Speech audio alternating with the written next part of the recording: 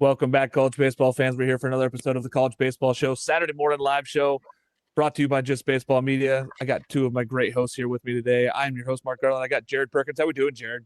Running on 2 hours of sleep. Got a lot of coffee. Keep me up for this one. I might say some stuff that make no sense, but it will in my head. So it'll be great. I mean, we've been firing off the cuff all morning. We've been talking off air like all weekend long. So excited for this show. And we got Will Mossa here this morning. How we doing, buddy?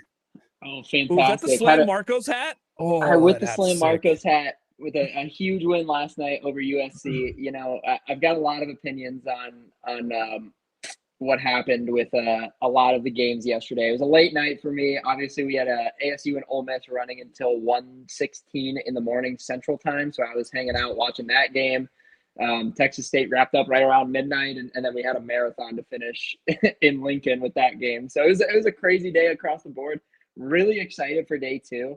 I don't know the last time that we've had a field, and we've talked about it all season, like the gap in this field of 64, the gap in general in college baseball right now feels so small. It feels like it's, all season, what do we say? Like the four teams at the top, small gap, everybody else. And even the four teams at the top struggled yesterday.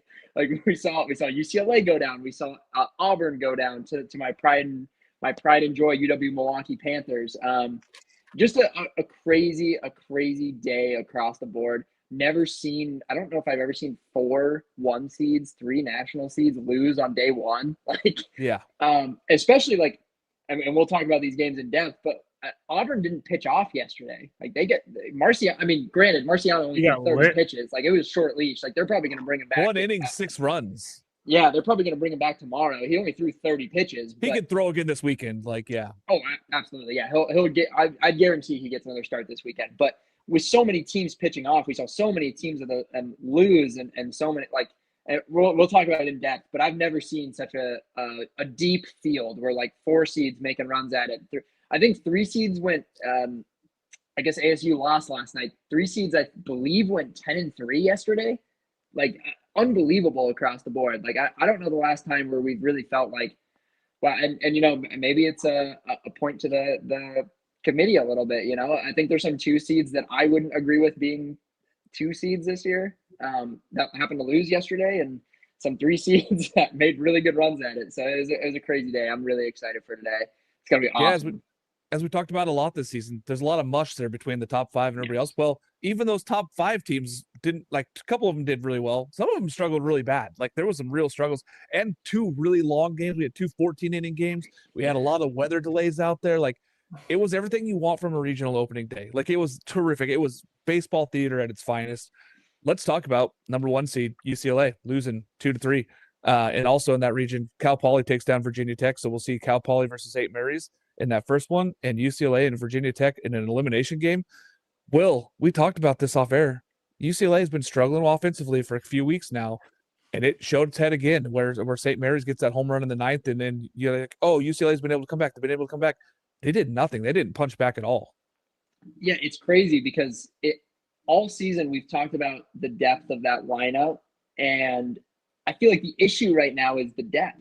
Like it feels like they're really strong at the top with production, and then it feels like it falls off, which is crazy because up until, I don't know, 2 weeks ago, it was like this team 1 through 9, nobody is going to beat this team. Like that offense is just too deep. And we've seen them struggle, especially in the back half of the lineup. Really, really surprising out of this team. Like you kind of felt like they were getting a little bit sleepy because you kind of get caught in the rat race of Big Ten play. And, you got to play the Iowas and you got to play the Marylands. And, you can fall asleep at the wheel a little bit, but I don't know. I can't believe that they lost that one. And I'll touch on Cal Poly quick. Like you saw that coming, like another 2 seed that chose to pitch off yesterday. Brett Renfro does not throw. Cal Poly elects to not pitch off. They throw their ace in Griffin Nace, who's been unbelievable this year. And they go out and they win a game. Like, yeah, shut down that Voltec Hokie lineup. It's going to be a common theme for me today when we're talking about these games. 2 seeds pitching off is, in my opinion, the worst strategy that you can take in this tournament. You have to guarantee that first win. I get it. We talked about it on Tuesday night or Thursday night, whatever night we recorded this week, of like, you have to look at the perspective of what gets you the best chance to win a regional. Winning game 1 gives you the best chance to win a regional. Like playing 5 games. Going 1-0. Yeah, being 1-0 genuinely, like I'd take my shot with my number 2 against anybody in the country than not burning my ace game 1 and losing game 1. Now you have to win 5 games. Like Yep. that. Yeah. So And I just don't get it. I don't get the strategy. Virginia Tech, I mean, you knew that the pitching depth for Virginia Tech was not particularly good. So to elect to pitch off, like you really kind of started behind the 8 ball there. Cal Poly's not a bad hitting team. No. With a really good frontline ace. So I couldn't believe that they did that. I wasn't surprised to see Cal Poly win. As soon as they announced that Renfro wasn't starting, I was all over Cal Poly there. Yeah, and Coach Lee knows how to win games, right? So he's been around the program for a long time. He's been a long time D1 baseball coach, been in a lot of regionals, and he went out there. He's like, "Hey, we're gonna throw our ace. Like, the best way to get this thing is to go 1-0." That's exactly what he said. How do we go there? Be 1-1. We can't look ahead.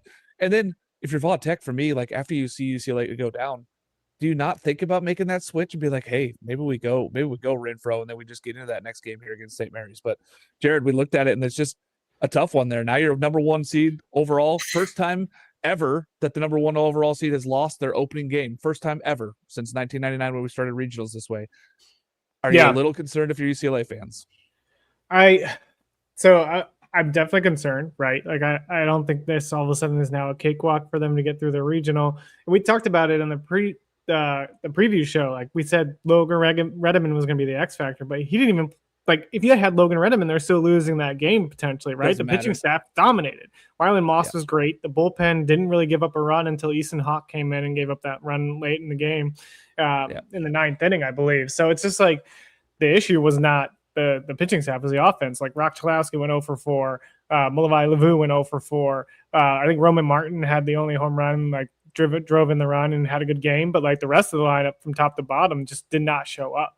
And you have to give credit to the St. Mary's pitching staff. John Jamazzo Neo, I don't know how to say that last name, but 7 innings pitched, 5 hits, 2 earned, 6 Ks. Cam Staton came out of the bullpen, 2 innings, no runs, 3 strikeouts. Like the St. Mary's pitching staff did what they needed to do, and they got the timely hits as well. Like Jacob Johnson hit 2 home runs, I think, in this game. And he hit the clutch one in the 9th inning to help give St. Mary's the lead. Like, hey, you have to give props to St. Mary's. Like they took advantage of a team that didn't show up offensively. They did it last year to Oregon State. Eric Valenzuela knows how to win games. Like he knows how to win games, and they go out there and they compete. And they did it. They won the WCC tournament.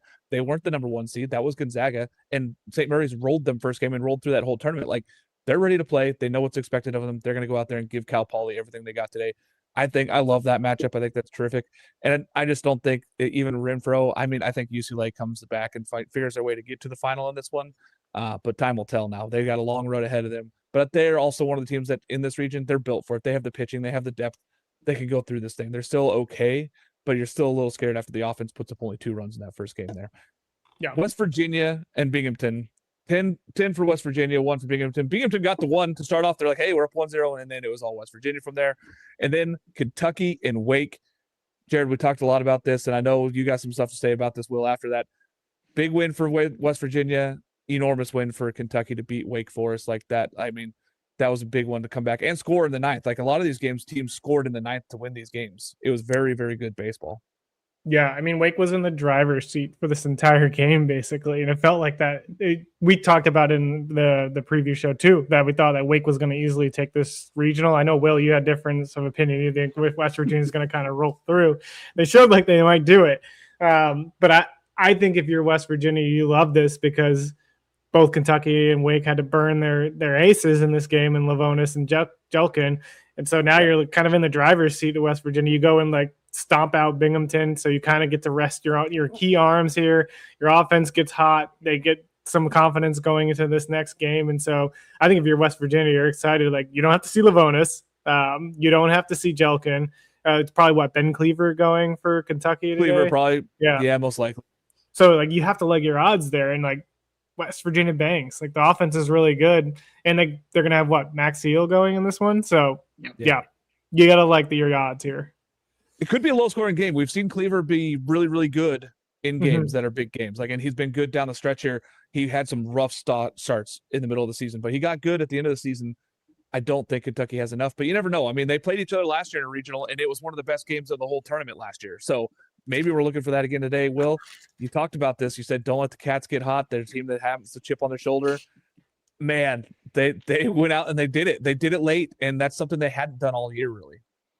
Yeah, the thing with Wake, right? And I think I talked about it specifically. I kind of ragged on them early season because they didn't play anybody early on. Everybody was mad at us that we weren't ranking them. It's like I really want to see what this team is, right? And I think with the body of work they had, I think the takeaway for Wake is they weren't great against good teams, right? I believe regular season they finished 5-16 against Q1 teams.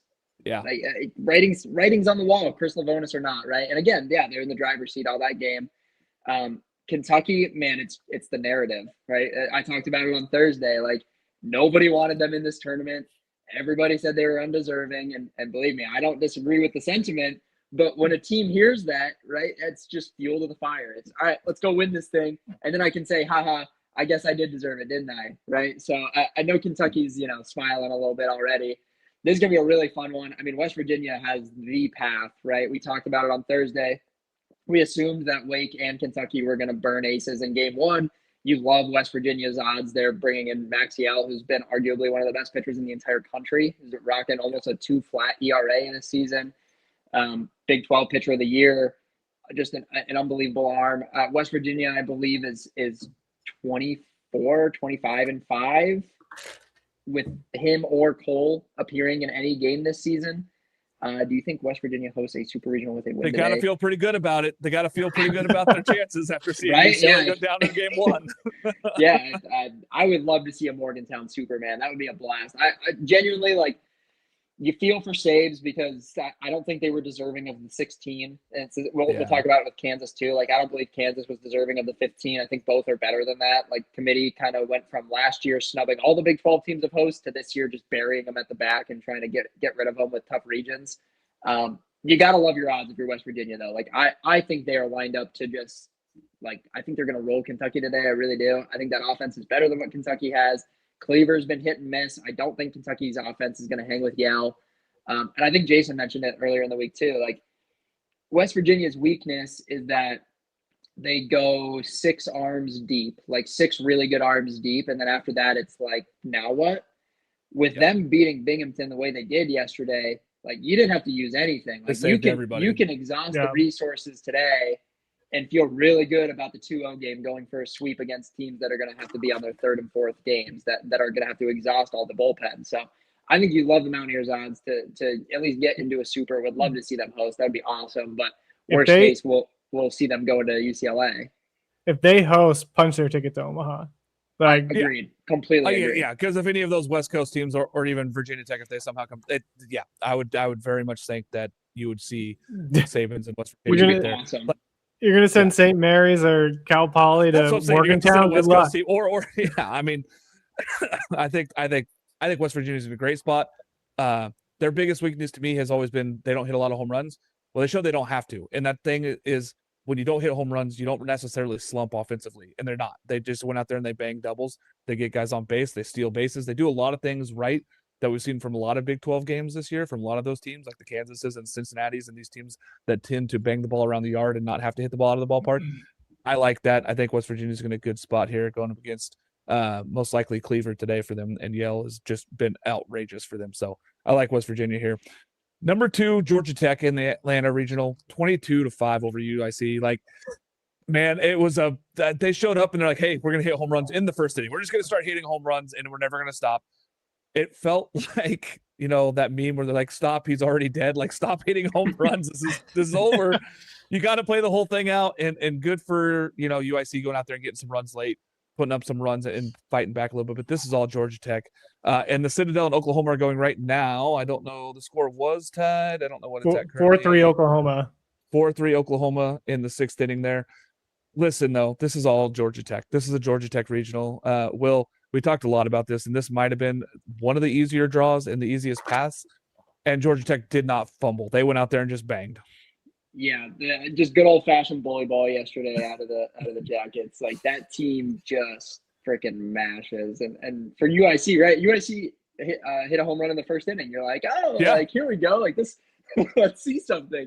And for all the 4 seeds that we did see do damage yesterday, UIC was not one of them. Like, Georgia Tech just that team is just a wagon. Like, a region that they should handily just steamroll. So I think you got to like your odds if you're Georgia Tech. Yeah, that's that. I got nothing to say. Like, it really was just bully ball. Like, every time you look down, you're like, oh, there's 6 more runs on the board. Like, just bully ball. Yeah, I mean, 1 through 9 in that lineup can leave the yard at any given time. They're a team that hits over almost 370 on the season. Like, it's insane. Like, what their offense has been. Like, people that complain, oh, they don't have that great of start pitching. They have good enough starting pitching. If they're going to score 20 runs, it doesn't really matter. I mean, you're going to beat anybody in conference, and you're going to beat anybody in college baseball scoring 20 runs. I believe this is per Monty Taylor. I believe they have scored 10 or more runs in 56% of their games this season. Over half their games, they scored double-digit runs. They have a team OPS of 1105. Yep. More than a 1.111 OPS for the team. Yeah, it's insane. The offense is there. I mean, I don't think it matters who gets out of there between Citadel and Oklahoma. I think that either one of them is going to get rolled by Georgia Tech later today in the evening game. So the tough thing is that whoever loses that game has to turn around and face UIC again right after this one here this morning. So they got to revamp right away and get going. Oklahoma is leading, as we said, in that one. The other side of that bracket, number 15, Kansas beat Northeastern 6-3. Big game there. Big start for Kansas. First time hosting at Hoagland. That ballpark was electric. That was outstanding.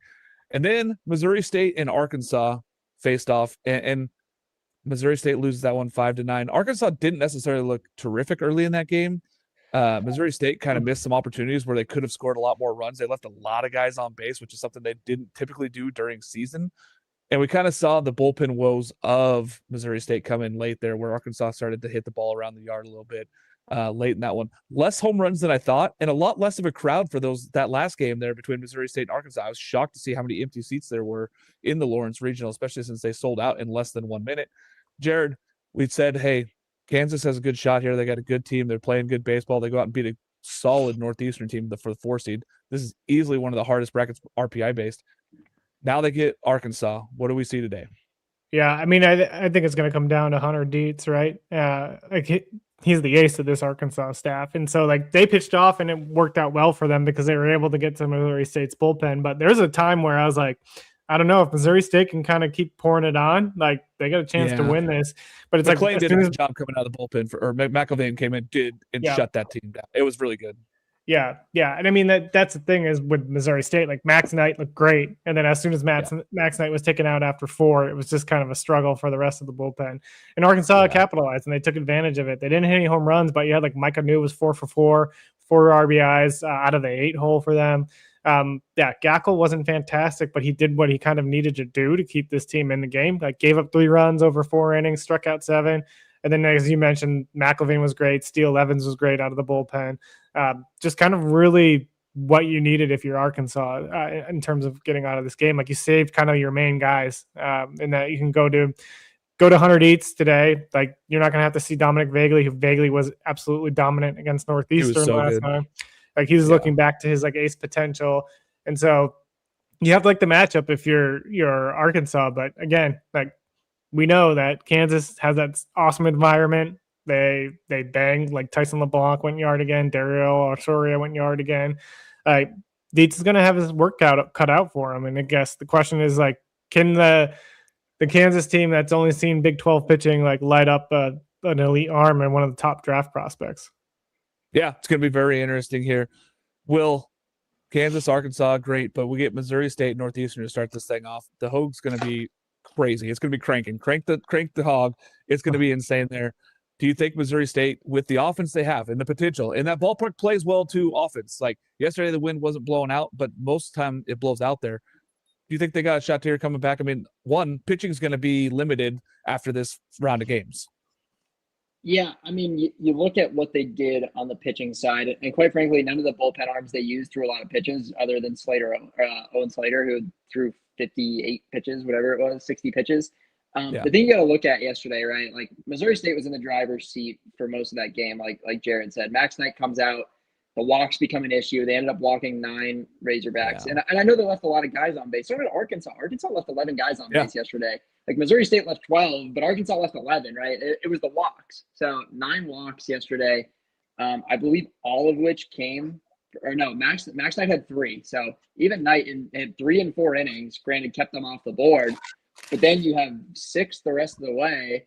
Like it just not sharp pitching. Like Missouri State has been really good when they've had guys put the ball in play, because they don't have stuffed guys, right? Like Max Knight is a 2-way. Like he's one of their better arms, but he's a hitter first. So like I think when you look at what Missouri State can do, I like their odds against Northeastern. I don't think Northeastern has the pitching depth. They threw Luke Rising yesterday. He wasn't particularly sharp. Kansas kind of jumped him from the get-go. I think you like Missouri State's odds to at least get through that game. I don't know what it's going to look like after that. They've had some guys that have thrown a lot of innings for them, so I think they have availability. Just a matter of what you get out of those guys. And if you're Missouri State, like you really have to rely on getting multi-hit days from your dudes. Bryce Sermonelli had the really big day for them yesterday, going 3 for 4 with the home run. But Curry Sutherland 2 RBIs, but 1 for 5. Caden Bogenpool 1 for 5. 1 for 5. The guys that you needed to have multi-hit games, Gabe Wrestler 1 for 5. Like those are the guys you need to have multi-hit games, in order to have a really good shot. And getting 1 hit each out of those guys. I mean, they still had 10 hits as a team. Like it was a really I don't think that they were bad offensively. I'll put it like that. Like I think you ran into a couple issues, and Arkansas hung a 6 spot, and that was the difference, right? Like you had to go through 3 arms to get through 1 inning, and they hung a 6 spot on you, and that's the difference, right? Like that was the difference in that game. I liked their matchup against Gackle. I think you have to like it the at-bats that they showed against him when you're looking at their outlook for the rest of the region. Like they hung with Gackle. They're not going to have to see Dietz. They're not going to have to see Vagley. So it's like, I think you got to like Missouri State's offense to at least hang around in this thing. I don't know how far that gets them. I think it definitely gets them through today. Like them to beat Northeastern today. When you look at Kansas and Arkansas, I think Jared nailed it on the head. Like, how does Kansas's offense react to Dietz? And there's no guarantee that Dietz is electric in terms of having everything in the zone. Like he's had his own struggles this season, but when he's good, man, like I struggle to think that offense is going to hang around with him. However, it's like, what is Arkansas's offense too? Like we've seen Arkansas's offense lay some eggs, and the pitching they faced yesterday, like Max Knight is good, but he's not like power arm good. Missouri State's bullpen is solid, but it's not SEC solid. So like when you kind of get to jump on some lesser arms, when that game starts to get away, I think Arkansas can take advantage. I'll be curious to see what Kansas's bullpen looks like today. I think that's going to be a big difference. Can they get Dietz out early enough to still have a shot against Arkansas's bullpen? Yeah, and I think like the thing is, a lot of SEC teams have a ton of left-handed power, and they don't have as much right-handed power. Whereas Kansas has some right-handed guys, like LeBlanc hits, Dario Lasaria, Augusto Mungarrieta. Like they have dudes that can hit from the right-handed side of the plate. So I think that's going to match a little bit with this Dietz, but they again have not seen a left-handed pitcher like him all season. So this is going to be a really elite matchup. Very excited for that one. Moving down to Athens, Georgia takes care of business there, 18-3 this morning. That game finished up this morning.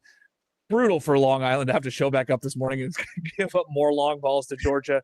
Georgia, again, like Will has claimed that bully ball. That's exactly what it was. Georgia showed up. They were going to hit balls out of the ballpark. We kind of knew that was going to happen in Athens.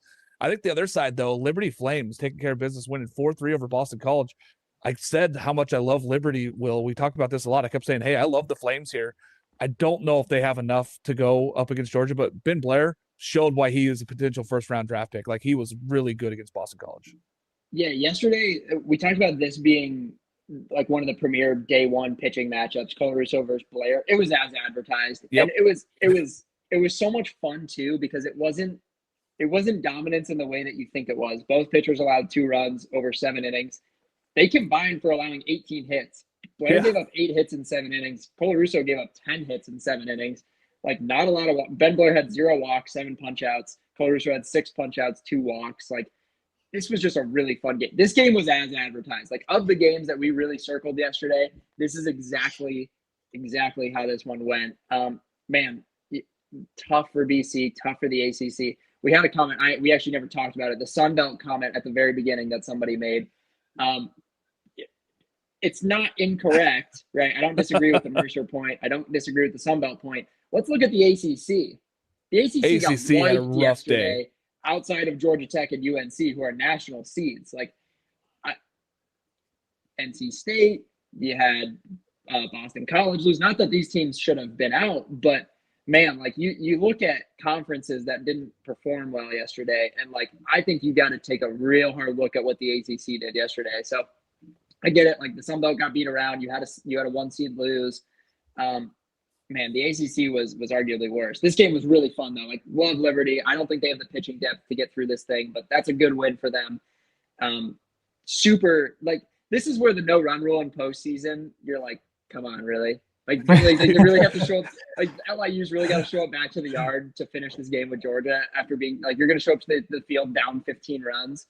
Yeah, yeah, exactly. Like that's just hard to get going. It's hard to get up and get going. I genuinely, if I were put in that situation, and somebody might not like this take, I would put a position player on the mound and just try and get us out of the game. Like we have to finish the game. Why would you waste anything trying to get out of this game when you know that you're fighting for your life in 3 hours against Boston College, who like is beatable? Like you're facing a beatable, gettable team that you might match up okay with. Why would you waste any resources trying to finish this game? Like you're not coming back down from 14. I'm with you. I'm throwing whoever like, hey, did you pitch in high school? Cool. My center fielder. Now you're going to throw the rest of this game against Georgia. Like throw strikes, throw 80 poo. I don't care. Get out of this thing. Like that's what we have to do. Get through this game here. Yeah. That's ACC is definitely needs some criticism. And we're going to talk more about that as we get through a lot more of these games, but it was a rough day for the Fun Belt. Had no fun, and the ACC didn't have any fun yesterday, other than the top seeds there for the ACC.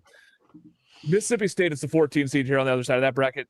They rolled through Lipscomb 10-1. Really good to see Mississippi State get going at home. That crowd was outrageous, just what we expected from a regional there at Duty Noble. Like it was popping. It was exactly what we wanted to see. One of the reasons why they got to host is because that amazing crowd and the fact that the RPI and everything else says that they should host. Good for Mississippi State to go out there. You know who else banged on that one? Cincinnati. Cincinnati beats up Louisiana 12-2, and they were just launching balls out of that stadium there. When we look at this one here, Jared, this is a very interesting matchup today between Mississippi State and Cincinnati. I think this is a dangerous game for Mississippi State. Yeah, who's going for Mississippi State? Is it Valenkis? Valenkis. Yeah. So, like, advantage there. Like, Cincinnati doesn't really have any pitching outside of Nate Taylor. So it's Nate Taylor did exactly what you want Nate Taylor to do to get you into this game, right? 6 innings, no runs, 2 hits, 3 Ks. The offense banged 6 home runs, 3 of them by Jack Natilli himself. Enzo went yard. Like this lineup is insanely good. And if you want to become a college baseball fan, Cincinnati baseball is like one of those teams that you can easily get on board with. The guys at the Head First podcast, make sure to follow them because they do an awesome job covering Cincy baseball. And then Jordan Bichel's awesome coach. Like the coaching staff for the Bearcats is fantastic. They're going to have a game plan for Mississippi State, right? And we've seen Mississippi State hasn't performed great at home against some of the competition you think that they should easily beat and sweep. So like Valenkis has been good all year long. He's been solid. Sometimes he runs into some trouble. Like this is the kind of offense he does give up the long ball. Yeah, and this is the offense that could give up the long ball for you. I mean, we saw Georgia come into Duty Noble Field, and they did exactly that to the entire Mississippi State pitching staff. So Tennessee hits some balls on him too. Like he gives up the long ball. Yeah. So I think Cincinnati could have a chance here. And yeah, Spencer just said Bishop ball is dangerous. It is. Like they bang and they're gonna hit the crap out of the baseball. They're gonna barrel everything. They're gonna move runners over. Like you got to get ready. They run, they get guys on, they put pressure on you, and all of a sudden you make a mistake, and then they hit a 3-run bomb, and you're down because all of a sudden things have happened really fast. It snowballs on you when you face this team. Yeah, we saw it like last year, even like in the Duke series at the beginning of the year. Like they just Bishop balled the crap out of Duke, and like they're the same kind of team this year. I think they hit more long balls this year than they did last year, but like, yeah, they're gonna make things happen. Yeah, I'm excited for this one. Another Fun Belt team really struggled, but I mean, this was a brutal draw. Honestly, like Cincinnati was one of the better 2 seeds, and we said it a lot in the preview shows that they kind of got a tough draw here. But I think that this is just, Cincinnati was just a better team. I think Louisiana going up against Lipscomb today, they can go out there and bang and go out there and win this one and get their way to Sunday. But the matchup is Mississippi State and Cincinnati.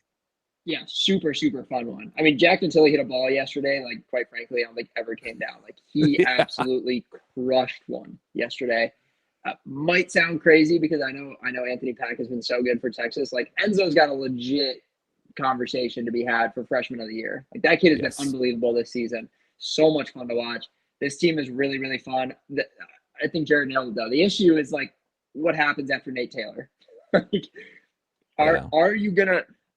I don't foresee them having crazy issues scoring with anybody in the country. Like, I think they can hang around with anybody offensively. It's just like, can you keep Mississippi State's offense down with whoever you're going to roll out there, right? Like, and Nate Taylor ate some really valuable innings yesterday, which is huge for them. But I just worry about the depth on that side. It's like it's kind of him and everybody else. So I'll be curious to see what happens there. I mean, they're tough. Like, they're a really tough team to play. We saw last year in regionals as well. Like, and last year, I think Jared even said it too. Like, I thought they weren't as good last year, and like they really gave team fits. They were in that Athens regional last year, right?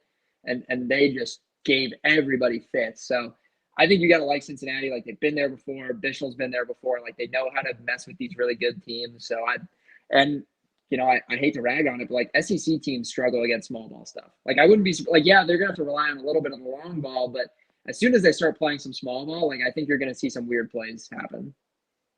Yeah, I'm excited for this one. It's one of the games I've highlighted today, just saying that I want to keep an eye on that one because I think it's going to be a really, really fun baseball game.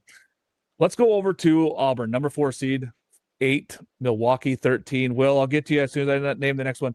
NC State 3 and UCF 9. That game's still in suspension. They haven't started that game back up yet, to my knowledge. But UCF is winning that game 9-3 and really just piling on currently.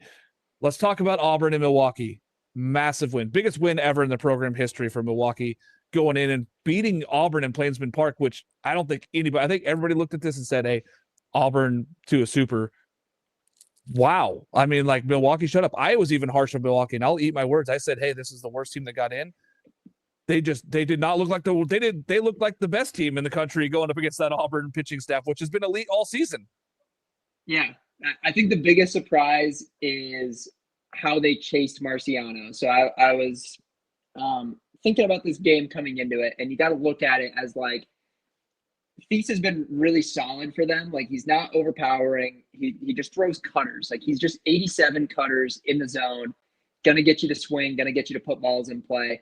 He's kept them in games all season. Like, and that's how I perceive this, is like, I think like you hope that he keeps you in the game against Marciano. You hope you can score enough. Like, this is a team that really challenged themselves in the non-con. Like, I believe they started their season 5-20, 5-22, finished the season 21-8 coming into their postseason. They opened up at the box when LSU was number 2 in the country, and they should. We talked about it on the podcast. Like, they should have won that series. Like, they beat LSU for 25 innings that weekend. Like, they played really good baseball. They split with Duke, and they played well against them. Had some silly plays that prevented them from a series win. Like, this team is solid. Like, and they've got some guys that really hit. Like, Dylan O'Connell can really hit. He's one of the best hitters in the Horizon League. Braden Horn, obviously, like, this is one of those games where Marciano comes out. He's struggling to find the zone a little bit, and guys are putting in play. Like, felt like it was one of those things where he was behind in counts and then piping fastballs down the middle. And Milwaukee just jumped on it. Like, Marciano isn't a huge fastball guy. Like, his fastball isn't crazy good. He's I don't even know if he's low 9s. Like, but the stuff is crazy good. And he was just throwing fastballs over the plate.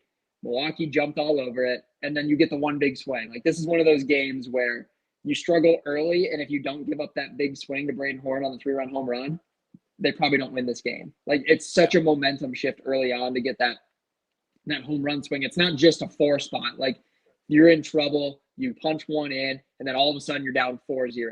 And then you jump back on in the second inning, and it's 6-0. You're like, you got a legit chance here. And then you get Auburn trying to do too much against Thies, and he did exactly what you want him to do. Throws 68 pitches, comes out in the 4th. They turn it over to Riley Peterson, he was their best reliever last season, jumped into the rotation this season, and just 8 innings. Like, it just, like, Milwaukee had 0 walks given up as a staff yesterday. 0 walks. I believe they give up 4 home runs, but they had 0 walks. Not giving free bases. It just felt like they were going to say, like, okay, we have this 10-0 lead through 4 innings. Throw the ball over the plate. If they tag you for a home run, they tag you for a home run. And that's what they did. And, like, Riley Peterson was great yesterday. Like, he did exactly what you wanted him to do. Sure, 5 earned runs. I think he gave up almost every home run given up. I think he gave up 4 home runs in that. 4 of his 5 hits, bombs. Right? Like, that's what you want him to do, though. That's like, okay. Yeah. Throw the ball over the plate. We have a 10-0 lead. You know, and then you get the weather delay. And, like, credit to that kid. so much credit to that kid because he throws an inning. They go into the weather delay for 45 minutes. He comes back out and throws 4 more innings for them. Like, and that's big for them. They have the best reliever in the conference. He was conference reliever of the year. They didn't have to use him yesterday. Like, that was the biggest worry. It was like, okay, are you going to have to turn it over to your best pitcher, who's your closer? They didn't have to. They get him still. Like, I've worried about the pitching depth of this team, obviously. Like, the bullpen has been Matt all year, and Matt may be putting it nicely. Huge for them to bump Peterson out of the rotation and just go eat 5 innings out of the bullpen because you don't have to use that. So just such a fun win. I mean, it's just unbelievable to see. Like, the biggest program win in history. We had a couple of those. We'll talk about NIU as well, their first NCAA tournament win in program history. This is the first in Milwaukee's history since 1999 against Rice. So this is the biggest win of the 2000s. Like, we're talking history here. Super, super fun game. I mean, the amount of people I was texting yesterday, like, just fired up about this game. Like, so much fun, especially just being right in the backyard there, knowing a lot of the kids on that roster. Just an unbelievable game. So much fun to watch. Big. That's all we can say. Like, now they got to go into today, and they're going to get either UCF or NC State. It looks like it's probably going to be UCF. Jared, are we looking at a possible 2-Q for NC State and the bookending Elliott's career? Like, I mean, it's going to be real tough to go and beat Auburn now after getting beat down by Milwaukee yesterday. Yeah, it's done for NC State. And I hate to say it. I say that now. They're going to restart this game, and NC State's probably going to score 7 in the top of the ninth. Yeah. But I mean, like, UCF, I think, has been an underrated team going into this tournament because of some of the struggles they had down the stretch in the Big 12. Like, this team's good. And Wicker didn't throw very well from them out of the rotation, but the bullpen has been shut down. This NC really State good lineup. And this Andrew Williamson goes 3 for 4 with 6 RBIs, 3 home runs, like, absolutely absurd stuff from him. And it's like this UCF team can bang. And so I think for NC State, like, they're running into a gauntlet now because Auburn loses that first game, and it's like they got to face a high octane offense, and then they're going to have to face a high octane arms tomorrow, and their offense is going to have to show up, and their offense isn't showing up against UCF arms right now. So it's just like they have to play them, and right after this first game, they're going to have to flip around and have to face, probably Alvarez for Auburn going, and it's like, that's not fun. That's I mean, you struggle against UCF's bullpen, and now you got to turn around and face Auburn at Plainsman Park, like in front of that crowd that's begging to get to a super.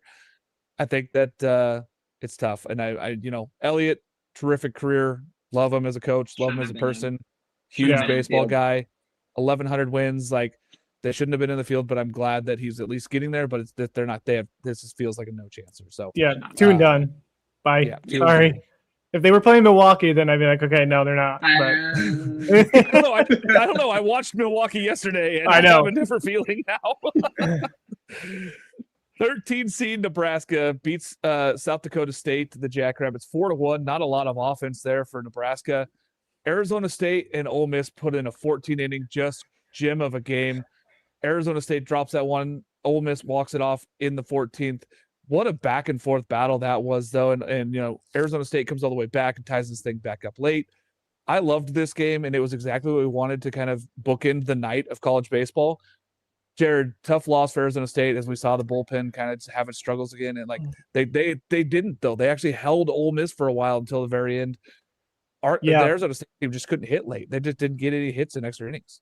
You have to give Ole Miss props, right? Putting a 6th spot up on Cole Carlin. I know over 6 innings, they struck out 9 times, but they were able to get to him to the mistakes that he made. And I think that's the huge part. Like, Judd, you remarked stuff. Yeah, went yard. Like, Will Furness absolutely raked in this one. It was just impressive to see. And I think the other big thing, too, is for Ole Miss, they pitched around Landon Harrison. Like, most teams have not been pitching around Landon Harrison this year. And it's like, why are you not doing that? Well, he goes 0 for 4 with 3 walks. Like, it worked. Like, all you did was pitch around him during this game. They just pitched out of the zone. And so the outs that he was hitting stuff that was out of the zone. They didn't pitch in the zone at all. Yeah, I mean, the rest of the team kind of picked him up, right? Nunu Contreras raked, Dean Toigo raked. Like, these guys went off, but it's just like they kept the big guy that they needed to off the books, and it worked out for them, and they wound up coming back in the 14th inning and getting the win. So we talked about it in the preview show. We thought Ole Miss or Arizona State could come walk away and take this regional. I still think it's true with Ole Miss has a chance to take it. I don't count ASU out completely yet, but I mean, you burn your Friday night ace, and now you have to go and try to win 4 straight, basically. And I don't think Arizona State has a pitching depth to do that. No, we've seen the pitching woes. Like the bullpen's just not there. Like they just don't have the arms this year. They have the bats to compete. They'll go swing it, and they're going to give. I think that they walk away and they get to Sunday, and then we'll see what happens from there. But I was impressed by the Ole Miss arms to just continue to keep going out there and battle. I was impressed by Arizona State's arms, honestly, too, to keep going out there and battling this team. I thought it was a tremendous game. We get Ole Miss and Nebraska today, and I like Ole Miss in this one. I think that there's just not enough swing and miss stuff for the Nebraska arms, and that's something that you have to do against Ole Miss. Agreed. I think you have to look at what they did against Carlin last night as like, okay, they can hit, right? You accept the fact that you're going to strike out 9 times. I was being a little bit over-exaggerating, but I was like, Cole Carlin might strike them out 15 times in this game, right? He still gave up 6 runs, and he still almost struck out double digits. Like that's you kind of got to look at it like that. The big piece for Ole Miss, they did burn Walter Hooks last night, who's been like arguably one of the best relievers in all of the SEC, if not the country. So like he's probably done for until maybe the finals, depending on how many games they end up playing, how this thing shakes out. You got to like their odds. Like Nebraska, and I think Nebraska did the right thing yesterday. They didn't look particularly sharp, but you burned Jassa. That's big, right? Like I agree with them doing that. Like you can't undersell your opponent. Like statistically, I believe South Dakota State was actually the worst team coming into the field. So it's like you easily could have pitched off there and still maybe won 4-1. Like you didn't look particularly sharp. I think Ole Miss has the front line pitching to beat them today. I think they have the bats to beat them today. I like Ole Miss to come out of this thing. This was a crazy game. And yes, correct. They did not score for 8. They scored 1 in the 4th, and they did not score until the 14th at the very end. Until the 14th. Yes. They actually went 10 innings, not 8. So just a crazy game last night. Like I feel like both teams had shots to win on either end throughout extra innings, and just nobody pulled it off. But this is a really fun one. Talking about like a good way to end the day. Like yesterday just felt like chaos, and then of course you just end with the marathon. I love it. I thought it was a tremendous baseball game. I think it's exactly what we were asking for. I don't know if we thought 14 innings, but I thought it'd be a back and forth offense. Yeah. We thought we'd see some electric arm from, Hunter Elliott and Cole Carlin. We got a little bit of both. Like we got a little bit of those guys being really elite, and then we see some big innings out of the bullpens. That was the surprising part for me, is that they were able to shut each other down from the bullpens, which has been a struggle for both these teams outside of Hooks for Ole Miss. So big ups there for Ole Miss to win that one. I like their chances to win today. Number 5, UNC takes down VCU 8-0. What a pitching performance for UNC. They've just done what they've done all season, Jared. They looked the part there. And then we'll talk about that ECU 7-3 over Tennessee in extras. Big win for ECU. But let's talk first about UNC, and then we'll jump into the ECU game. Yeah, I mean, having that opportunity to pitch off and it worked out for you. Like Ryan Lynch goes 7 innings, 5 strikeouts, only 2 hits against VCU. Like absolutely dominated. And so like that's what you need if you're North Carolina, because now you got Jason DeCaro going today. So that's massive. We talked about like this Chapel Hill regional being one of the toughest, and like the fact that you can get DeCaro now going against ECU puts you in the driver's seat. But we've seen during the regular season North Carolina struggled with ECU, so I don't think it's a done deal yet. This ECU baseball team is very, very good. They went through, who did they go through? They went Towers, Webb, Norby. They have Van Kempen. Is that who would go tonight? Yeah. Probably. So, yeah, because they burned Norby, which I don't think they expected to do. Yeah. No, they ended up having to use him because 8 of the strikeouts, game though. Yeah. Yeah. So they burned him in a good way. Like they had to use him, and it was elite timing. It'll be interesting today what they do there in that one. I'm excited, but they did rough up DeCaro earlier this year. ECU already did that. So, I mean, I do it twice. I don't know. DeCaro's a little bit different pitcher than he was at that time when they met in the non-conference. I really like North Carolina's chances now. I thought that it was going to be a tougher thing for them. I think that both those teams having to go 14 innings last night and use some arms really helps UNC. We looked at this overall and we said, hey, UNC offense got to show up. They did. UNC pitching really was there. And we know what they have now left. They have so many arms. Oh, Van Kempen out for the season. That's right. I forgot about that. I totally forgot about that too. Luke Payne transfer. I like UNC today. Will, what are your thoughts here on today's games? And now we get also VCU versus Tennessee, which VCU is they're the tough 4 seed, probably the toughest 4 seed. Yeah. So a couple of things. So UNC pitches off, works out in their favor. The offense is good, right? I feel like we've been underrating this offense this season. And quite frankly, I feel like I did last year too. Like, I feel like last year, outside of Luke Stevenson, I was like, this offense isn't that good. They just turn it up in the postseason, man. They always do every single year. It feels like they have older vets that just turn it up. We saw it last year with Alex Madera. Like, it just feels like guys turn it up in the postseason for Scott Forbes, and I feel like you're going to see the same thing today. ECU gave them fits in their regular season series. The 1-1-1 series, the infamous 1-1-1 or whatever, and so just a weird series there with a lot of weather. That would have been a really fun one. Stinks for ECU that you had to burn Norby. So here's the thing. So first of all, I said this on Thursday. I don't think I've ever seen two teams pitch off against each other. Like, that was bizarre to me. But then you go and you burn the guy anyways, which, like, funny how that works out. You had to, but but funny how that works, right? Like, you end up you end up not pitching off essentially, and you end up winning the game, right? Another 2 seed that pitches off that takes a loss. Here's the thing with Tennessee is, like, they had ample opportunity to win this game. And there was some unwillingness to play small ball in spots where they should have been playing small ball. And this isn't a knock just to Tennessee. It feels like a common theme with a lot of SEC schools. Like, you feel like the unwillingness to play small ball in big spots. And then you saw ECU do it the following inning. Like, Tennessee didn't capitalize. We get to the top half of the next inning. ECU squeeze bunts one home, and then they blow the thing open, right? So it's like, funny how that works. That's typically how that ends up playing out a lot of the times. And we've seen SEC schools struggle with the small ball stuff. Specifically I think they struggle more on the defensive side than executing offensively. But they didn't call, like, second and third, 1 out in a tie game in the 13th inning. Like, you have to, right? Like, I think you just have to. It's interesting. I don't know, man.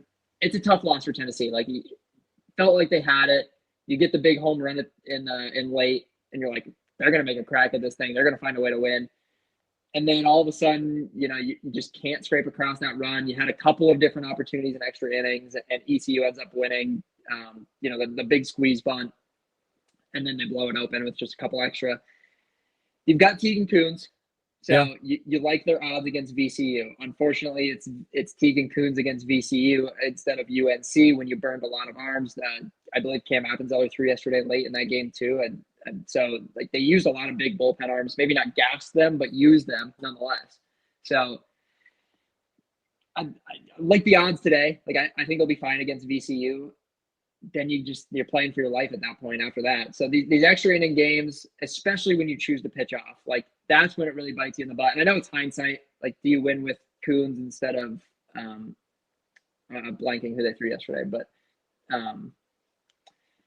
do you win that game if you start Coons? Like, I don't know, right? It's hard to say. It was 3-3 going into extra innings. So it's hard to say if he does any better. Like, the starting pitching was spectacular for them. The bullpen was spectacular, right? It was just 1 inning at the very end when, someone's going to break through at some point. So you like their odds today. Tough loss, but you pitched off, so at least you still have Coons for today. Yeah. I think it was just tough, right? Like, we saw Ford hit that home run to tie it up. Blanco was so good for Tennessee. He was fantastic. Like, and the problem is that the offense just couldn't get going. And ECU did exactly what they had to do. They kept getting out of innings. Tennessee kept putting guys on base, and they just couldn't get through it. So, but big one there as you look at for UNC now taking on ECU today. I like UNC's chances to get to the final here in this regional. Texas A&M number 12 seed takes on Lamar. Lamar was a better team for 6 innings. Let's not kid ourselves. Lamar was the better team in that game for 6 innings of baseball. The power in the bats finally came alive for A&M, and you started to see it late in that game. Lamar just kind of ran out of their elite pitching. Like, they had really good starting pitching. They had really good team.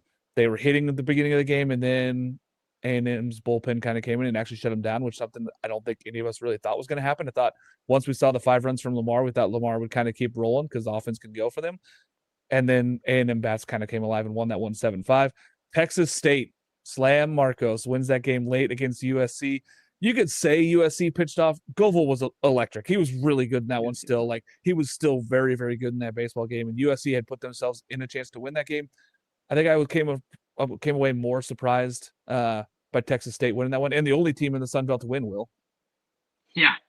Yeah, that's where I was going with the Sun Belt comment earlier too. It's like the team that everybody was griping about was Texas State, and that's the one team that won last night. I really liked the way that they matched up with Govil. Like, I thought they put together really good at bats yesterday.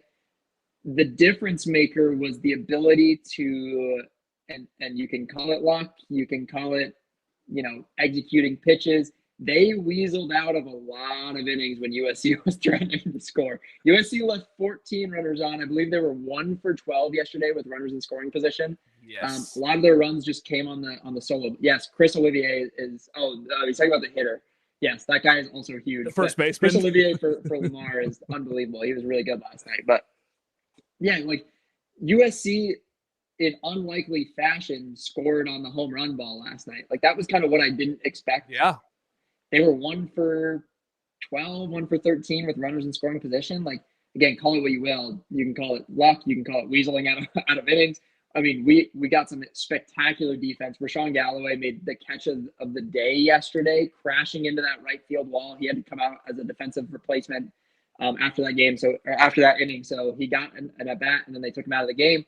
So I hope he'll be okay for today. We'll see what that ends up looking like. But what an unbelievable catch out of him. Like they just have huge defense. We saw in the final inning too, like Chase Moore makes the diving catch with a guy on second at third base to end the game. Like, so you just had really good defense behind a solid bullpen effort. Like I think what they did pitching wise was fantastic, right? Marquardt goes 69 pitches. You didn't really gas him. You could bring him back later if you needed to. He put guys in play, walked a few, and then the bullpen was good. Cade Smith was really, really good out of the bullpen. Again, he's been one of their best bullpen arms all season.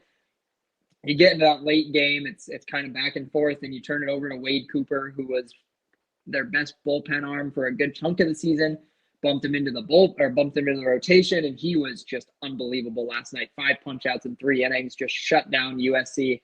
I just think you look at this being a complete team. Like they've game planned really well for big games. They've game planned really well against good pitching. Chase Moore stepped up in a big time way yesterday, 2 for 3 with a huge home run in the 9th inning. And, again, call it what you will, call it the magic, whatever you want to say. Like this team continues to show up, right? They just continue to show up. They continue to put together good at bats, and they continue to find ways to win. Now, today's going to be interesting, right? Like, I don't know who they're going to go with on the mound. You have a couple of different options. Burning Wade Cooper is really important when looking at the scope of the full regional. He threw 75 pitches last night in relief. He threw 55 pitches. Nope, we lost Will.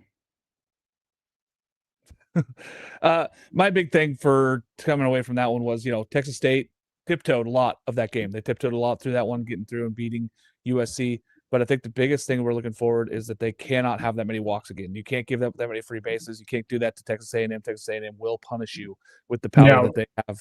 So, yeah, I think that's the biggest key. No, I agree. I just kind of wanted to touch on Lamar a little bit, just because of how impressive that was. And I think we saw some of the weaknesses of A&M, right? Shane Sado hasn't been himself all year long. He's coming back from a massively brutal injury. So I think that's kind of been huge for them. And it's like Lamar, Chris Olivier, I don't think he gets enough credit for how good he's been all year long. Good. He's dominated not just in this game against A&M, but all season long. And so it was impressive performance there by them. And I think they could give USC some fits. I know they're facing Mason Edwards today, but that's going to be a tough task. But we said it before, if they have another arm that can kind of hold off this USC lineup, I think they got a shot. Yeah, I can't wait for this one. It's very exciting there for Lamar. I thought that they had that game against A&M. It was terrific. But going forward, big one here with Texas State and A&M later today. Texas takes care of Holy Cross. That was simple. 19-1, like it was all Texas the whole time. Now you get Volantis going here against Tarleton State, who beat UCSB, who pitched off and did not throw Jackson Flores. So now we're going to see Jackson Flores versus Holy Cross. We talked about this a lot, Jared. You almost all the teams that pitched off, it didn't work out for everybody. There was a bad success rate for teams that pitched off. It was not a good one there. And this was another one where Tarleton State took advantage, and they really hit everybody. They showed up, they played good baseball. Now they're going to get to take on Texas, where Jackson Flores is going to go against Holy Cross for probably his last collegiate start. Yeah, and this is something we kind of talked about before we started recording, is that we had some comments in our Just Baseball Discord that were like, oh, they should just save Flora and pitch him against A&M or sorry, they're in the Austin Regional, pitch him against Texas. And it's just like, again, if you go 0-2 and don't use Flora, like that's an even worse look than not pitching off. Like you cannot throw your best pitcher, the best pitcher in all of college baseball, basically, and not have him pitch in the regional. Like, he's got to throw today against Holy Cross. Yeah, he's got to throw. He's got to dominate. Like, you can't go 2-Q when you have the best arm in the country. Like, throw him out there. We've seen it before. Like, UCSB doesn't score a lot of runs. They need him to be elite, and I don't think they get much further from this one. But big win there for Tarleton State, and huge for Texas. I mean, Texas looks like a freaking wagon right now, and they have the arms. They have everything. I mean, I don't see a way that Texas doesn't walk through this Austin region. We talk about pitching off. A team like Texas can pitch off because they have like 3 aces. So I mean, they have that's three, when you can pitch three off. Friday night guys. It's like, just pick one. It doesn't matter. You're pitching off because you're not throwing your best. Volantis is the best. And now they get him today in the 1-0 game against Tarleton State, and that's really not a fair matchup if you're asking me. I don't think that one matches up well. Let's move over to the other side of that bracket, Oregon and Yale. That one finished up last night. Oregon, a big 8 spot there late in that game.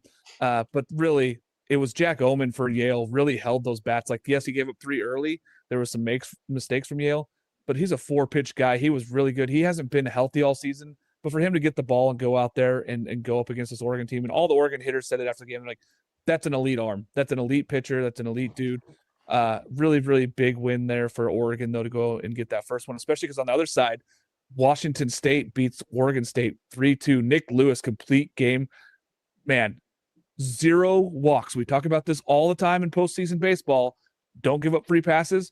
0 walks, only 1 strikeout, an unconventional complete game. But he goes out there and dominates this Oregon State lineup because he doesn't give up any free passes, Will. That's what we talk about all the time. No free passes gets you wins. Yeah, just a crazy performance. Like you said, like maybe the weirdest stat line of any complete game you'll see all season. The big concern for the Beavers coming into this thing was the offense, right? Like, are they going to score? Now, I didn't anticipate them. If you told me they were going to strike out once yesterday, I probably would have told you they would have won. Yeah, I think the chances of them. Yeah, I think the chances of them losing when you put as many balls in play as they did, pretty low. But again, we knew this was going to be the issue for Oregon State. Are they going to score enough to be able to win games in a postseason setting? Now you're way behind the 8 ball. Granted, Yale can swing it a little bit, but I think they're going to be fine against Yale. Problem is, like, now you're fighting for your life. I don't think I like that offense enough to beat it. Let's just say they get to a championship game. I don't like that offense enough to win twice in a row against any given team, really. Like, we saw it all season, right? We saw against the Air Forces of the world, dropping games like that. Sometimes that offense just doesn't show up. I don't love their odds to take 2 from a championship series. Yeah, I mean, the more and more I look at this and the way that Oregon kind of just, yes, they dominated. And they beat Jack Oman, who we all agree is going to be probably a top 5 pick in next year's draft, an elite arm. And they went out there and they beat him. Like, that's Yale's best bullet, and that's probably the best bullet that we're going to see in this weekend. Like, Ethan Kleinschmidt for Oregon State, also want to give a shout out. He was hitless through 5. Like, he had 5 hitless innings against Washington State. He was elite. And then it wasn't even like necessarily that Oregon State was bad bullpen-wise. They were pretty good. They had an error that scored a run. That game was just great pitching. But I think Oregon now is in the driver's seat by a long ways because Washington State, Nick Lewis is the best pitcher on their roster and anybody in the Mountain West. And now there's not a lot of arms behind them. Like, yes, they saved everybody, but those arms don't necessarily scare you if you're Oregon in that 6:00 game tonight, right, Jared? No, I don't think so. I feel like the Oregon, again, that lineup that they have, I think they're going to absolutely mash against Washington State. Who's going tonight? Is it Will Sanford? Sanford's going to go tonight for Oregon against Washington State. And I mean, that's a tough matchup for Washington State, who just had to come face off Kleinschmidt. Now you get Will Sanford, another arm that's going to be in the high draft in the next year, 27 draft. So I like Will Sanford better than Cal Scolari too. So it's just like, this is an even tougher matchup. Yeah, I like Oregon tonight, and I think that I just got word that ball that Luwaki hit just finally landed. So that ball that he hit over the scoreboard finally landed. That ball was absolutely mashed, and I think that you're going to see a lot more of the Oregon offense today. Number 7 seed, Alabama, puts up a football score in Alabama State, 21-3. Really came out, showed up. I mean, we saw what the offense can be for Alabama. And they have done it against bad teams this year. They haven't done it against elite teams, but they've done it against bad teams. Do we see more of it against USC Upstate, who beat Oklahoma State 8-5? I think, to me, that might have been the most surprising one, Will. Yeah, I don't think USC Upstate has the pitching depth to get through Alabama. Like, I think Alabama just got a good draw for what they were. Oklahoma State's postseason woes just continue. Yeah. I'll give them a little bit of credit because they didn't pitch off yesterday and they threw Ethan Lund. Still lost, right? It's still So tough now. I know I've been hard on Or the in teams this that have pitched line. off. Yeah, not good. But they didn't pitch off, right? Like coming into the game, right? You gave yourself the best chance to win on paper. Yep. I will always take that over the what if, right? I think it's better to lose with your horse than to play the what if game in the 0-1 game. Man, USC Upstate has been good in regions the last couple of years. Like they were good last year in a regional. I think the thing with Oklahoma State is they just continue to struggle in the postseason every single year. Every year they do it. They couldn't get a hit with people on base. And that's been their whole thing all season. They've hit the home runs, and they couldn't play defense. They dropping balls and making mistakes in the infield, throwing it around. Like they didn't look like they had been for the last 3 weeks. USC Upstate had 3 RBIs, and they scored 8 runs. Yeah. 500. It was really, really ugly.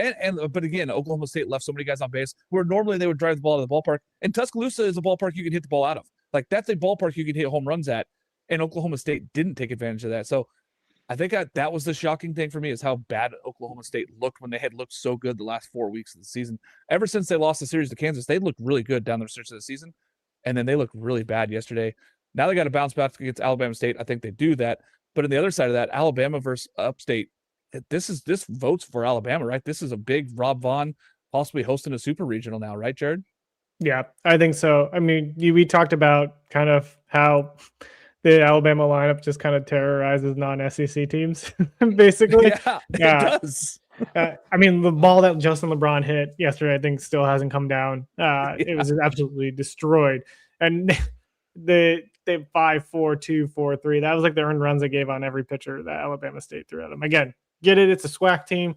I don't think USC Upstate's going to come with more firepower than Alabama State. I just think this is going to be easy cakewalk for Bama because by the time they get to Oklahoma State, if they do end up facing Oklahoma State doesn't go 2 out and out, they're going to be facing like the bottom tier of a really bad pitching staff arms. Staff that has not a lot of arms left. Like there's just not that much depth there. I think this all votes towards Alabama. And then when we switch to the other side, Florida State, who's the 10 seed and flopping on the other side of that bracket, they lost to St. John's yesterday, 6-5. Red Storm going up there and beating them. And then we saw the other side of that. Coastal Carolina loses to Northern Illinois. Congrats to Northern Illinois, Will said, winning their first ever tournament game. They threw all the arms, and people are like, oh, they threw all their stars. And we talked about this off air. I would too. You go out there and give yourself a chance to be 1-0. We talk about it all the time. Win. The best way to win a regional is to start 1-0. That's how you have to do it. Northern Illinois does it. They beat Coastal Carolina. That's how you win a regional. Win the first one. Don't worry about what's going ahead of you. Quit planning ahead for those. Like, yes, sometimes you have enough elite arms you can do that. If you're Northern Illinois, I love throwing your 3 top guys and saying, hey, we're just going to go win this game. Will, another Sun Belt team drops, but a big win for Northern Illinois. And now they get St. John's, which, again, that's where you want to put yourself. I don't think anybody thought we'd see a Northern Illinois versus St. John's here in Tallahassee. Yeah, I mean, the coastal struggles just continue, right? We talked about it a lot in the early part of the year. It felt like they were just finding ways to win, but never looked particularly good. Like, writing's kind of been on the wall for them all season. Just continues to catch up with them. Huge win for Northern Illinois, a really, really fun one for them. And St. John's, like, awesome win. I mean, it's so much fun, man. I love when this kind of stuff happens. And then we get, Coastal arguably double pitched off throwing Ross Norman yesterday. Like, I don't know where they value him in terms of the rotation standing, but in my opinion, he's their 3rd best starter.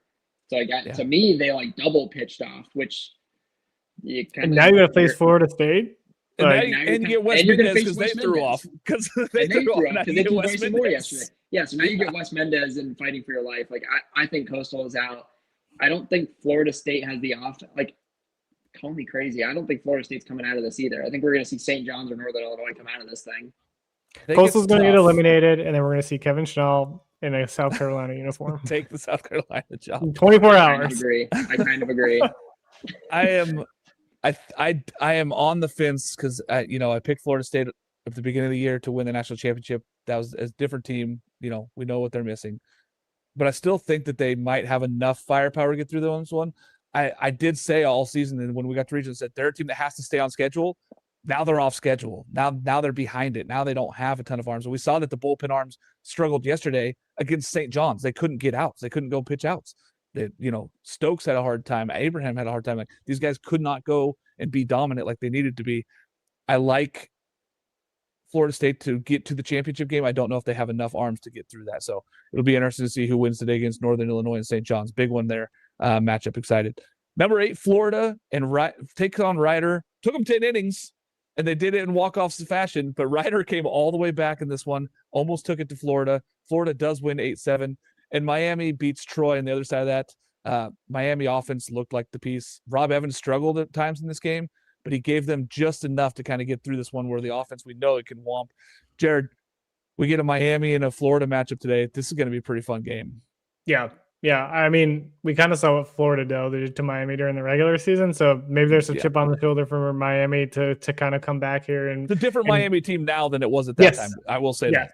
Yeah, I do agree. I think this Miami team has taken significant strides, and the offense has been just electric for this team between Sosa and the others on this team. So, I mean, it's gonna be interesting. I think the Florida's got either Peterson or King, probably King going today. I think King's going today. Yeah. So, good luck, Miami. I mean, Aiden King's just an ace. I have a hard time going against Florida again, but we've talked about it before. What offense is going to show up for Florida? They barely kind of showed up against Ryder, and then I don't know. We've seen Siskar come out and be dominant. Which one are we going to get? Are we going to get that guy that's elite for 7 innings and shuts down a lineup, or are we going to get the guy that gives too many walks?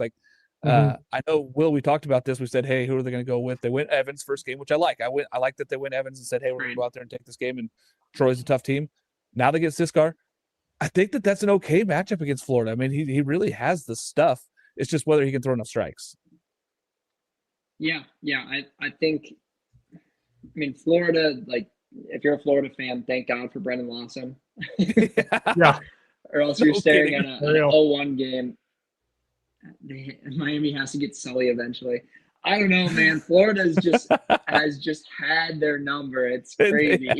It just feels like it doesn't even matter. I mean, you have to face Aiden King today, and then even if you happen to win, you're going to see Liam Peterson at some point too. So I don't love it. I mean, Aiden King has been so good. In my opinion, Aiden King is good enough for Florida to go out and win a 3-1 game if that's what it comes to. Florida's offense doesn't show. I still like them to score 2 or 3 runs in this thing. I think it's the Gators, right? We talked about this region beforehand, and I just really think it's I know you like Miami in this thing. I don't foresee that happening. It just feels like history repeats itself with Florida and Miami. So I think the Gators are coming out of this thing. I think King's gonna just shove today. Yeah. I saw a really funny meme yesterday. It made me laugh really hard. So for all you Avenger fans, somebody put Sully's face on Thanos and I am inevitable, and it had them standing in Omaha. And I was like, God, it really feels like that's just the case. And then you see this, they come back and they beat Ryder, they were ahead the whole game. Then Ryder comes back and they score a run at the bottom of the ninth. It's like, God, that they just seem to figure it out at this time of the year. And last year they went 2-Q, so we're like, okay, this year they're not going to do that. They didn't, and now they get Miami. And I love Miami. I love this Miami team. I just don't know if they can go out and beat King. King's that good. He is that kind of guy. And he's going to go down there. And I mean, if they can go out and score a few runs, maybe it's enough because we've seen that Florida lineup struggle. I think that this is Florida, though. I'm with you guys. I mean, I think Florida kind of rolls through this one. And then when you look at the other side of the bracket now, Southern Miss, the host there in Hattiesburg, drops the opening game to Little Rock, who's been giving people fits the last 2 seasons now. We've seen this Little Rock team go out there, tremendous going out there and winning that game 7-4. Jack State beats the doors off of Virginia. As we said, another ACC team got just beat down. But Southern Miss losing, and now they get Virginia. Virginia's dangerous, even though they're not playing good baseball. They can still hit, and I think that's the biggest difference right now. Is we saw 3 solo home runs from Southern Miss, but no other offense. Yeah, in pain right now. Talk about the I am inevitable thing. It's the reverse with Christian Ostrander. You feel like every year they're going to break down the door, and this happens every single year. I mean, credit to Coach Curry and the Little Rock staff. That program has been so much fun over the last 2 years. We saw them do it last year against LSU. They go out and they go get Southern Miss yesterday.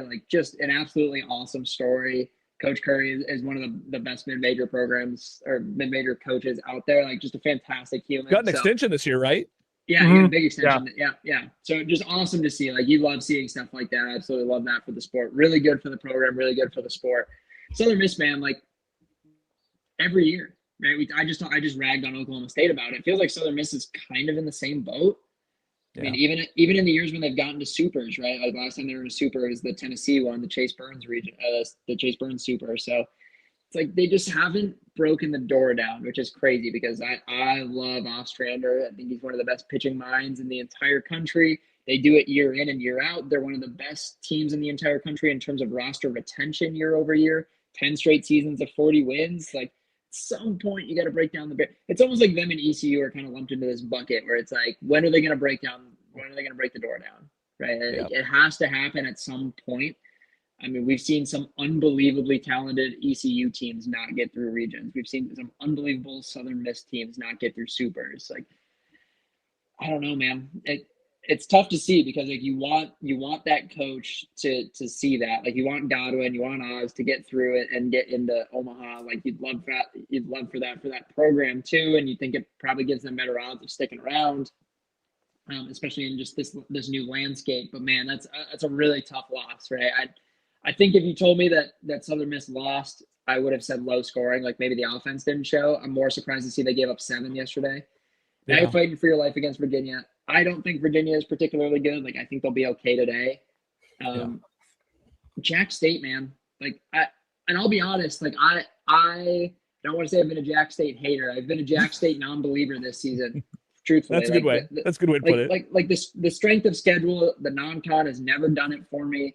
They've played well against certain CUSA opponents. Like, they beat up on Missouri State, which I was like, okay, like I value that. Like, that's a good series win. But heading into that series, like they lost the series to DBU, I believe, and they lost the series to Liberty. So in conference play, like it felt like they steamrolled the conference, but it felt like they struggled against the better teams in the conference. It was like, okay, if you're struggling against the better teams in your conference, what is it going to look like when you face, P5 teams? And man, they took it to Virginia. Like, another region where I'm like, Jack State might be the team that comes out of this thing. I wouldn't be surprised at all. I don't know. Southern Miss they've got a long road. I think they can do it, but I think you really got to like Jack State in this thing. Yeah, I mean, if you're Southern Miss, though, you can't take the foot off the gas now. You have to go against Virginia because Virginia can hit. We've seen it. They can hit, and they can get these spurts where all of a sudden the offense comes alive. We saw it a little bit late in that Jack State, and Jack State put up more runs later in that one, but Virginia was trying to come back, and at one point it was 7-10 again, and then like Jack State kicked it on. So overall, let's talk about the scores that are going right now. UCF did officially beat NC State 9-3. Oklahoma is 7-3 on Citadel. Wake Forest is currently up 2-0 on Binghamton. Tennessee and VCU are tied 0-0, and Boston College is up 4-0 on Long Island. Tough for the Sharks. Tough day for the Sharks. Already going in that one there. Who's in the most trouble? As we're running out of our time here. We're getting ready for more games today. Jared, who's in the most trouble today? Well, currently the Sharks, but outside of the Sharks, I would say NC State. I just feel like the path is just very, very narrow. Like, they have to overcome a lot, beat Auburn. Like, they have to win 3 straight. Facing Auburn today, this morning. Like, that's not fun. And them and UCLA, those are my top 2. I'm really worried about UCLA here. Like, you got to win 4 straight with no Logan Redeman. It's not going to be easy. I know that it's like you can look at the field and say it's easy, but if Brent Renfro is Brent Renfro that you want on the mound, like, that guy's like a potential day 1 draft pick. He's a potential. It's not going to be easy rounder to hit him if he's on. So I'm worried about UCLA the most, I think. Yeah. Will, who do you think is in the most trouble today? I think it's got to be Florida State. Like, I know you've got Wes Mendez going today. Man, that offense did not excite me yesterday. And what Cam Fluke are going to see maybe today for Coastal? Like, and I think you look at, and again, you talk about another, like, if Cam Fluke throws today, depending on what his length is able to look like, even if you get 4 innings of Cam Fluke being Cam Fluke, that's 4 innings down the drain that you are not scoring. Like, it's just how it is. Like, that offense is not going to put up a lot of runs on Cam Fluke if he looks sharp. And I think Southern Miss is the other team. Like, I think those are the 2 toughest brackets for 1 seeds to get out of with a loss right now. Yeah, I would agree with that. I think that's kind of where I'm looking to. I mean, I don't think that there's anything else that's going to necessarily surprise me today. I don't think that Wake drops a game to Binghamton. I think UCLA could be in for a fight of their life here against Virginia Tech. I mean, Virginia Tech didn't play great yesterday, but Brett Renfro, like you said, could be a first-round pick. Like, he could be really good. So I'm very excited for today's games. Game you're most excited for today, and then final thoughts as well. Will. Texas State, Texas A&M. Yeah, slam Marcos. That's going to be a fun one, man. I really think that's going to be a fun one. And in that evening air, I think we're going to see some balls fly out of that ballpark. Should be nicer weather today. That and Kansas, Arkansas would be my two. Yeah. I think those two. That's going to be a crazy fun game. I love that Kansas, Arkansas one. I think that's going to be awesome there in front of the fans at the Hoagland in Lawrence. Jared, final thoughts and game you want to see today? Yeah, I think I'm going. I'm looking through here. I think the one I'm most excited about is Cincinnati, Mississippi State. I think the ball is going to be flying there. I'm excited to see Duty Noble rock and see how the Bearcats handle it. See if they can give like any fits to the Valenkus and the rest of this Mississippi State pitching staff. So excited for that one. I'm excited for the 4 seeds. I'll be honest. I want to see a 4 seed be 2-0 today. I don't know if it's Milwaukee. I don't know if it's Little Rock. I don't know if it's St. Mary's. I think St. Mary's probably has the best chance of being that team that is 2-0 going up against Cal Poly. I love the 4 seeds. I love that we have parity in our sport. I love that this game has not gone by the way of saying, hey, only the top RPI team is going to win. We saw a lot of parity yesterday. It's fantastic. I love this game. I will be in Eugene, so if you guys are down there again, see me down there. Cannot wait to watch more of that. Oregon State taking on Yale this morning, and then Oregon taking on Washington State tonight. Thanks so much for joining us. We'll join you guys again next week. During the week, we're going to do a super regional preview show coming at you, and then we'll go live Saturday after all those Friday night games. So thanks so much. We'll see you guys next week.